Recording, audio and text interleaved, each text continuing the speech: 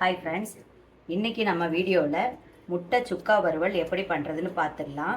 ரொம்ப ஈஸியாக ஒரு 10 நிமிஷத்தில் ஈஸியாக ரெடி பண்ணிடலாம்.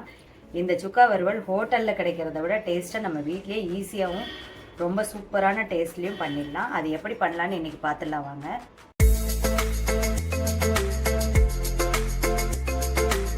அதுக்கு நான் ஒரு 4 முட்டை எடுத்து வச்சுருக்கேன். இப்போ அதுக்கு ஒரு பாத்திரம் எடுத்து வச்சுக்கலாம். இந்த முட்டையை உடச்சி இந்த பாத்திரத்தில் சேர்த்துக்கலாம். இப்போ இது கூடயே ஒரு 1/4 ஸ்பூன் மிளகுத்தூள் சேர்த்துக்கலாம். ஒரு 1/4 ஸ்பூன் உப்பு. இது எல்லாத்தையும் ஒன்றா சேர்த்துட்டு நல்லா இந்த முட்டையை அடித்து எடுத்துக்கலாம். பாருங்கள், இப்போ இந்த அளவுக்கு நல்லா இப்படி அடித்து எடுத்துட்டேன். இப்போ நம்ம இது போல் ஒரு பாத்திரம் எடுத்துக்கலாம். இதில் லைட்டாக சுற்றிலும் எண்ணெய் தடவிட்டு இப்போ இந்த அடித்து வச்சுருக்க முட்டையை எடுத்து இதில் சேர்த்துக்கலாம். சேர்த்துட்டு இதை ஒரு மூடி போட்டு இப்படி மூடி வச்சிடலாம். இப்போ அடுப்பில் ஒரு பாத்திரத்தை வச்சுட்டு அதில் கொஞ்சமாக தண்ணி வச்சிடலாம். இந்த தண்ணிக்குள்ளே ஒரு ஸ்டாண்டு இது மாதிரி போட்டுட்டு இப்போ கலந்து வச்சுருக்க முட்டையை எடுத்து இதுக்குள்ளே வச்சிடலாம். இது அப்படியே ஒரு 10 நிமிஷம் மூடி போட்டு வேக விட்டுடலாம். ஒரு 10 நிமிஷம் நல்லா வேகட்டும். இப்போ பாருங்கள், ஒரு 10 நிமிஷத்துக்கு மேலே ஆயிடுச்சு. ஒரு 12 நிமிஷமாட்டம் ஆயிடுச்சு. இப்போ இது கொஞ்ச நேரம் இந்த சூடு ஆறட்டும். அதுக்கப்புறமா இதை திறந்து பார்த்துக்கலாம். இதை அப்படியே இறக்கி வச்சிடலாம், கொஞ்சம் நேரம் ஆறட்டும். இந்த சுக்கா வறுவலுக்கு ஒரு பொடி ஒன்று ரெடி பண்ணணும், மசாலா பொடி. அதை ரெடி பண்ணிக்கலாம். அதுக்கு அடுப்பில் ஒரு வானல் வச்சுட்டு இதில் ஒரு 1/2 ஸ்பூன் சோம்பு எடுத்து வச்சுருக்கேன், அதை சேர்த்துக்கலாம். ஒரு துண்டு பட்டை, 1 ஸ்பூன் கொத்தமல்லி, 1 ஸ்பூன் மிளகு, 1/2 ஸ்பூன் ஜீரகம். இது எல்லாத்தையும் ஒன்றா சேர்த்துட்டு ஒரு 4 மிளகாய் சேர்த்துட்டு இது எல்லாத்தையும் ஒரு ட்ரை ரோஸ்ட்டாக வறுத்து எடுத்துக்கலாம். ரொம்ப கருக விடாமல் லைட்டாக வறுத்தெடுத்தால் போதும். அடுப்பை கொஞ்சம் சிம்லேயே வச்சு வறுத்து எடுத்துக்கோங்க. பாருங்கள், இப்போ இந்த அளவுக்கு வறுபட்டுருச்சு. இதை எடுத்து ஒரு ஆற வச்சு ஒரு பொடியாக அரைச்சி எடுத்துக்கலாம் நம்ம. இப்போ அடுத்தது வறுவலுக்கு ரெடி பண்ணிடலாம். அதுக்கு அடுப்பில் நான் ஒரு இரும்பு கடாய் வச்சுட்டேன். தட்டி சூடாயிடுச்சு. இப்போ இது கூட கொஞ்சமாக எண்ணெய் சேர்த்துக்கலாம். இந்த எண்ணெய் காஞ்சதும் ஒரு 1/2 ஸ்பூன் கடுகு சேர்த்துக்கலாம். இந்த கடுகு பொரிஞ்சிருச்சு. இது கூட ஒரு இனுங்கு கருவேப்பிலை வச்சுட்டு அதையும் சேர்த்துக்கலாம். அது கூடயே ஒரு 2 வரமிளகாய் எடுத்து வச்சுட்டு அதையும் கிள்ளி சேர்த்துக்கலாம்.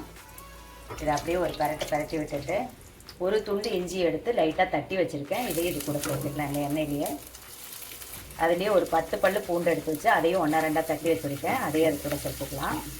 இது நல்லா வதங்கினதும் இது கூடயே ஒரு கைப்பிடி சின்ன வெங்காயம் எடுத்து அதையும் நல்லா 1-2 தட்டி எடுத்து வச்சுருக்கேன். அதையும் இது கூட சேர்த்து நல்லா இந்த வெங்காயம் ஒரு கோல்டன் ப்ரௌன் ஆகிற அளவுக்கு நல்லா வதக்கி எடுத்துக்கலாம். பாருங்கள், இப்போ வெங்காயம் இந்த அளவுக்கு நல்லா வதங்கிருச்சு. இப்போ இது கூடயே ஒரு பெரிய சைஸ் தக்காளி எடுத்து கட் பண்ணி வச்சுருக்கேன். அதையும் அது கூட சேர்த்துக்கலாம். சப்போஸ் தக்காளி கொஞ்சம் சின்னதாக இருந்துச்சுன்னா ஒரு 2 தக்காளி எடுத்துக்கோங்க. நான் ஒரு தக்காளி மட்டும் பெரிய சைஸ் எடுத்து சேர்த்துருக்கேன். இந்த தக்காளி நல்லா வதக்கிக்கலாம். இது கூடயே ஒரு 1/2 ஸ்பூன் உப்பு சேர்த்துக்கலாம். உப்பு ஆல்ரெடி நம்ம முட்டைக்கு அளவாக போட்டிருக்கோம். அதனால் இந்த சாந்துக்கு மட்டும் தேவையான அளவுக்கு உப்பு போட்டால் போதும். இது போட்டுட்டு நல்லா கிளறி விட்டுக்கலாம். ஒரு 5 நிமிஷம் இந்த தக்காளி நல்லா வதங்கிடும்.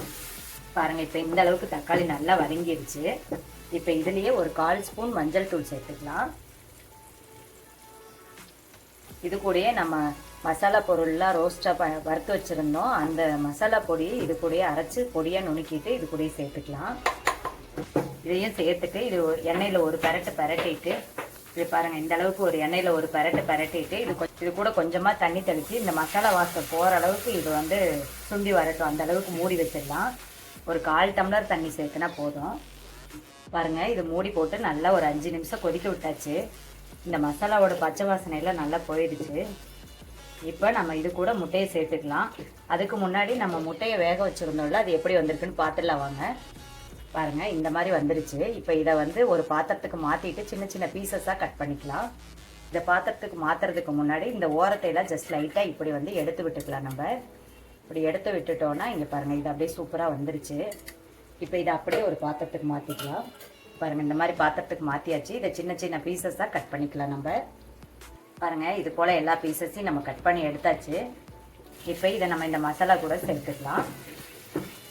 இந்த மசாலா பாருங்கள், நல்லா எண்ணெய் பிரிஞ்சு வந்துருச்சு. மசாலா வாசம்லாம் பச்சை வாசனை எல்லாம் போயிட்டு நல்லா எண்ணெய் பிரிஞ்சு வந்துருச்சு. இப்போ இது கூட சேர்த்துட்டு நல்லா கிளறிக்கலாம்.